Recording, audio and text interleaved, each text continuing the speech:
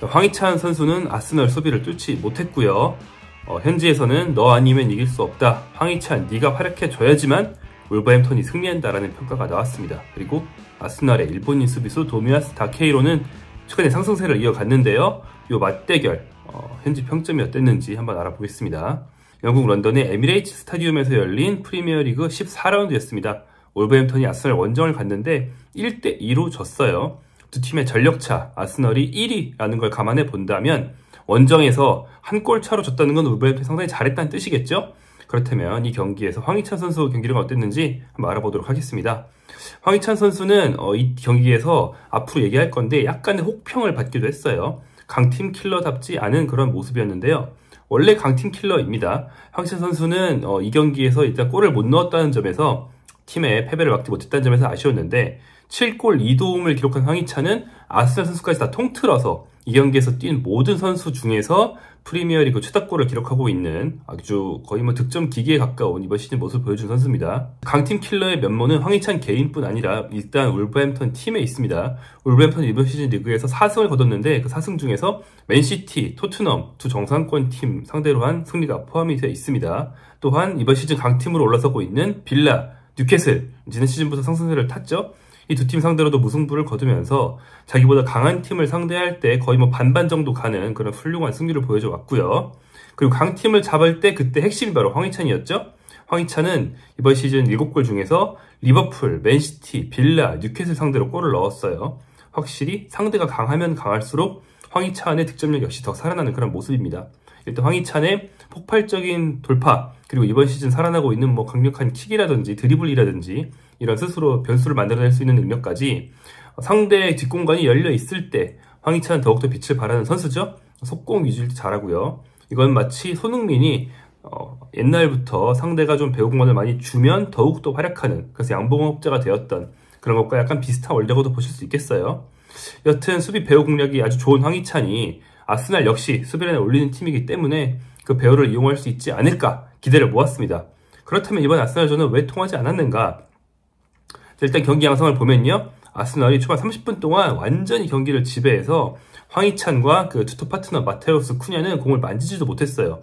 그리고 30분 동안 아스날이 일찌감치 2골을 넣었습니다.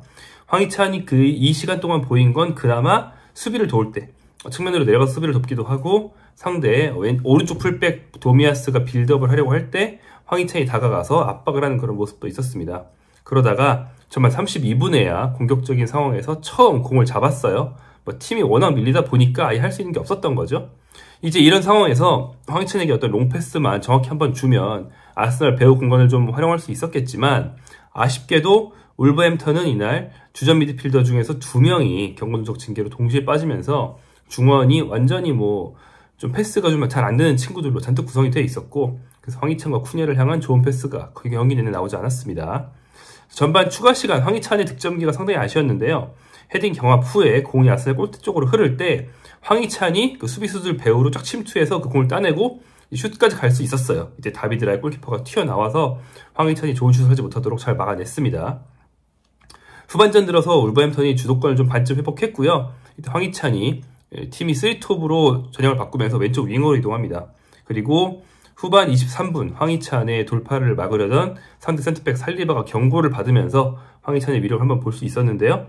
이제 황희찬이 가장 좋았던 장면이 후반 38분입니다. 특유의 그 접는 드리블이 나왔어요. 그래서 한번 왼발로 접어서 한 명 날려버리고 이제 상대 엉덩방아 찍게 만들고, 그리고 오른발 슛을 날렸는데 라야가 잘 막아냈습니다. 이렇게 황희찬이 이날 시도한 2개의 슛은 이렇게 다 끝이 났고요. 황희찬은 후반 45분에 시뮬레이션이라고 판정이 나온 넘어지는 플레이로 이제 경고를 받기도 했습니다. 황희찬의 기록, 슛을 2회 했고요. 그 중에 유효슛이 1개로 기록이 되어 있습니다. 제가 보기엔 둘 다 유효슛이었던 것 같은데, 수비 몸에 맞고 들어갔던지, 구절에서 이제 골키퍼한테 갔던지, 제가 잘못 봤던지 할 수 있겠죠. 돌파를 2회 했는데, 이 경기에선 최다에 해당하고요. 또 경고를 하나 받았습니다. 문제는 볼터치 횟수였습니다. 말씀드린 것처럼 황희찬이 뭘 할 수 있는 그런 상황이 아예 주어지지 않는 경기에 가까웠고요. 황희찬과 쿠냐 콤비가 풀타임 소화했는데 볼터치가 38회, 41회 이는 두 팀 필드 플레이어 중에서 풀타임을 소화한 선수들 중에서는 가장 적은 1등, 2등에 속합니다. 그러니까 공을 제대로 잡지 못하니까 골을 넣을 기회도 없었다라고 보시는 게 맞겠죠. 하지만 뭐 공을 못 잡았다고 해서 공격수가 굉장히 잠잠했던 게 평가를 좋게 받을 순 없죠. 잘해봤자 본전, 또 깐깐한 매체에서는 낮은 평점을 받게 될 텐데, 그렇다면 황희찬의 평점을 보겠습니다. 두 개의 매체에서 울버햄튼 선수들에게 어떤 평점을 줬는지 정리해 봤는데요. 유로스포츠와 90미닛 모두 황희찬에게는 이렇게 좋은 점수를 주지 않았어요. 유로스포츠는 6점, 90미닛은 5점입니다. 보면 유로스포츠가 대체로 더 후하기 때문에 황희찬 중하 정도의 평점이라고 보시면 되겠습니다. 그래서 90미닛이 황희찬에 대한 개인 평가가 있어서 읽어보면요. 울버햄튼에서 가장 창의적인 자원 황희찬, 그런 선수 치고는 굉장히 잠잠한 경기였다. 울버햄튼은 황희찬이 공격 시 더 영향력을 발휘해줘야 하지만 아쉽게도 이날은 그렇지 않았다라고 했네요. 그러니까 황희찬이 원래 잘한다. 특히 이번 시즌 울버햄튼 공격의 가장 중요한 선수다라는 것을 전제로 하되 그만한 모습을 보여주지 못했다는 데서 혹평이 됐고 점수가 깎인 그런 모습입니다. 기대치 대비 못했다. 이렇게 보시면 되겠죠. 참고로 도미아스 다케이로 선수 이날 일단 어시스트를 했어요. 부카요 사카의 선취골 어시스트하고 그 밖에도 굉장히 좋은 모습 보여주면서 최근에 상승세를 이어갔습니다. 이번 시즌은 벤 화이트를 도미아스가 밀어내면서 아스날의 주전 라이트백으로 많이 뛰고 있죠. 도미아스는 두 매치에서 모두 7점을 받으면서 굉장히 좋았던 선수로 이제 기억이 됐고요. 90미닛은 사카를 아주 지원했으며 사카의 골에 어시스트까지 기록했다. 수비적으로 견고해서 앞으로도 벤 화이트를 밀어낸 상태일 것으로 보인다 라고 평가를 했습니다. 이날 후반에 부상 우려가 있어서 도미아스가 빠지고 벤 화이트가 대신 들어갔어요. 하지만 경기 후에 도미아스의 부상은 뭐 심각한 게 아니고 부상이라고 할 정도가 아니다 라고 이제 인터뷰가 나오면서 앞으로 좀 다시 활약하는 모습 쭉 볼 수 있을 것으로 기대가 됩니다. 이날 경기 최고 선수로 꼽힌 선수는 두 매체를 통틀어 볼 때 3명입니다. 웨데고르, 라이스, 사카인데요. 웨데고르와 사카는 골도 넣었고 라이스는 그들과 함께 중원을 장악했습니다. 두 매체 모두 이 두 선수에게는 8점을 줬어요. 유로스포츠가 사카에 대해서 길게 묘사한 이날 활약을 잘 설명한 것 중에서 이런 대목이 눈에 띄었습니다. 사카의 클래스와 꾸준함은 아스날이 선두를 달리는데 가장 필요한 능력이다 라는 얘기였어요.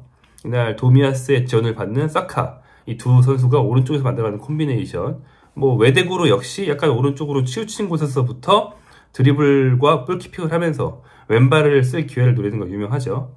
그 다음 왼쪽에서 진첸코가 도미아스만큼 잘하지 못했지만 아무튼 진첸코의 지원을 받는 이제 왼쪽 공격, 이 두 가지가 모두 잘 돌아가면서 아스날은 울버햄튼을 굉장히 잘 요리할 수 있었습니다. 물론 후반전 들어서 아스날이 좀 느슨한 플레이를 하기 시작했고 그때 진첸코의 실수로 골도 하나 먹고 그랬는데 이때 팀을 지탱해주는 선수 역시나 라이스였습니다. 라이스는 이번 시즌 아스날 최고 영입이죠. 그러다 보니까 이날 경기에서도 최고 평점에 가까운 그런 점수를 받은 게 아닌가 생각이 됩니다. 자, 울버햄튼은 앞으로 번리, 노팅엄, 웨스트햄 이런 팀들과의 경기가 다가오고 있습니다. 번리와 노팅엄은 확실히 하위권이에요. 중하위권 정도로 볼 수 있는 울버햄튼보다도 아래입니다. 그 다음에 웨스트햄은 순위가 더 높긴 하지만 그렇게까지 무서운 팀은 아니죠. 이런 팀들을 만났을 때 때려잡을 수 있어야 울버햄튼이 조금씩 올라가고 안정적인 잔류를 할 수 있습니다. 현재 좀 도깨비팀에 가까운 면모는 강팀은 잘 잡되 약팀을 잘 못 잡으니까 생긴 거죠. 강팀도 잘 잡고 약팀도 못 잡으면 그냥 울버햄튼이 강팀인 거죠. 그런데 이런 리그 장기 레이스에서는 잡을 수 있는 상대를 확실히 잡아서 승점 3점을 굉장히 많은 경기에서 긁어 모아야지만 유리합니다. 그걸 잘하는 팀이 또 우승으로 가기도 하거든요. 잔류는 말할 것도 없고요. 그래서 울버햄튼이 앞으로 강등 위험을 겪지 않고 쭉 중위권 정도를 유지하면서 가려면 약팀을 잘 때려잡아야 됩니다. 그래서 이 경기들이 중요할 것 같고요. 7골 2도움으로 공격 포인트를 무려 9개나 하고 있는 황희찬 선수의 활약이 울버햄튼 입장에서는 가장 절실합니다. 자, 이날 아르테타 아스날 감독 그리고 게리 오닐 울버햄튼 감독 모두 황희찬 선수를 인터뷰에서 딱히 거론하진 않았습니다. 그만큼 존재감이 좀 적었다라는 뜻이 되겠죠. 공격의 한 축이었던 네투가 부상당한 뒤 울버햄튼은 3-4-3 포메이션을 버리고 3-5-2 포메이션으로 돌아서는 그런 모습을 보여준 바 있습니다. 그러면서 기존의 3톱 중에 한 명이었던 황희찬이 지금 2톱 중에 한 명이 되었고요. 황희찬과 쿠냐 둘 다 네투가 해왔던 드리블과 상대 수비를 찢는 역할까지 흡수하면서 오히려 더 경기력이 향상된 그런 모습이에요. 그동안 네투 덕을 봤다가 아니고 네투와 황희찬은 모두 각자의 역할을 잘 해왔고 네트가 없을 때도 황희찬은 그 이상을 할 수 있다라는 걸 보여주고 있는 최근의 흐름이었습니다. 항상 팀 공격 전개를 주도하는 주인공이 되어가고 있던 황희찬이 어찌 보면 이제 울버햄튼 전체를 통틀어서 가장 중요한 선수 중 한 명이었다고 할 수 있는데, 그런 상승세가 아스날전 같은 빅매치에서 좀 주춤했다는 게 못내 아쉽습니다. 아스날 같은 상대를 이제 때려 부수는 그런 골이나 어시스트를 해줬다면 굉장히 많은 주목을 받을 수 있었겠죠. 하지만 아직 시즌 굉장히 많이 남았습니다. 그렇기 때문에 앞으로 더 활약해서 더 많은 매치의 평가를 이끌었으면 좋겠어요. 이제 아스날 쪽만 평점을 매긴 매치가 굉장히 많아서 지금 울버햄튼 평점을 찾느라 좀 고생을 하기도 했거든요. 저희가 소개드리기 숨가쁠 정도로 울버햄튼 평점이 모든 매치에서 쏟아 나오고, 그 중에서 황희찬에 대한 호평, 좋은 평가가 줄을 잇기를 기대해 봅니다.